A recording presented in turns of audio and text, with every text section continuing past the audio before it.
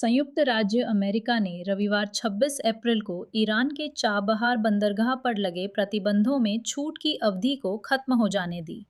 इससे यह संकेत मिलता है कि भारत अब इस बंदरगाह को कनेक्टिविटी के एक महत्वपूर्ण पहल के रूप में आगे बढ़ाने के तरीके को लेकर असमंजस में है।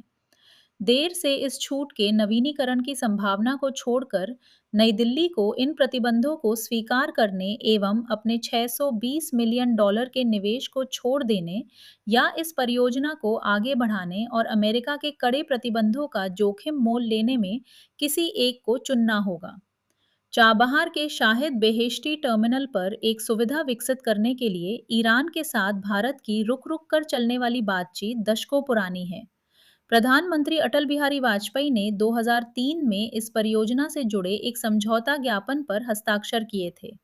हालांकि ईरान के परमाणु कार्यक्रम को रोकने के मकसद से बनाई गई योजनाओं को स्थगित करने के वास्ते भारत पर अमेरिका के दबाव के चलते इसके निर्माण में देरी हुई।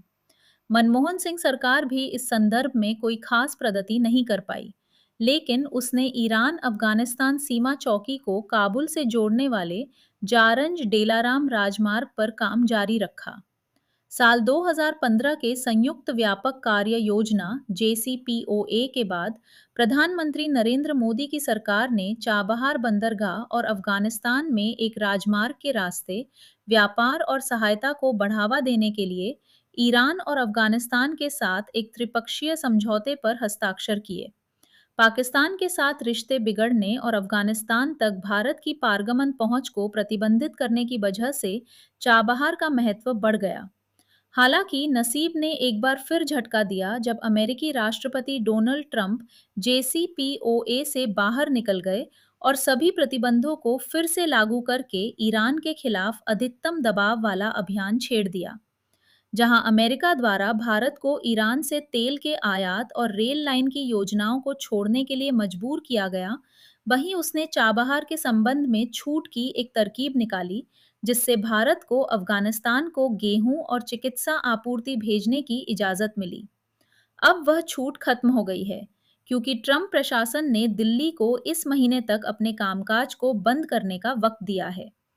नवंबर 2025 से भारत ने चाबहार से अपने कर्मियों को वापस बुला लिया है, अपने $120 मिलियन के निवेश की प्रतिबद्धता का अग्रिम भुगतान कर दिया है और शाहिद बेहेश्ती टर्मिनल में अपनी हिस्सेदारी एक ईरानी कंपनी को हस्तांतरित करने पर विचार कर रहा है।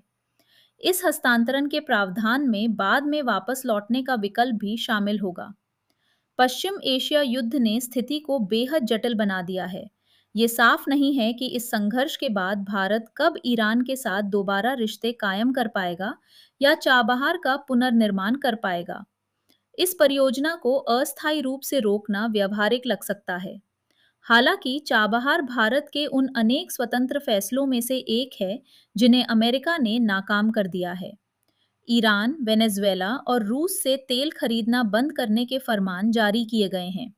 ट्रंप ने ईरान और ब्रिक्स समूह के सदस्य देशों के साथ सभी किस्म के व्यापार पर प्रतिबंध लगाने की धमकी दी है। अमेरिका की ये अतृप्त मांगे फैलकर अन्य देशों के साथ भारत के रिश्तों तक भी पहुंच सकती हैं। चाबहार पर झुकने से न सिर्फ ईरान, मध्य एशिया और अफगानिस्तान के साथ भारत की संपर्क की योजनाएं खाक हो जाएंगी, बल्कि इससे उसके संप्रभु स्वायत्तता के दावों को भी नुकसान पहुंचेगा और स्वतंत्र विदेश नीति अपनाने की उसकी क्षमता भी कुंद हो जाएगी।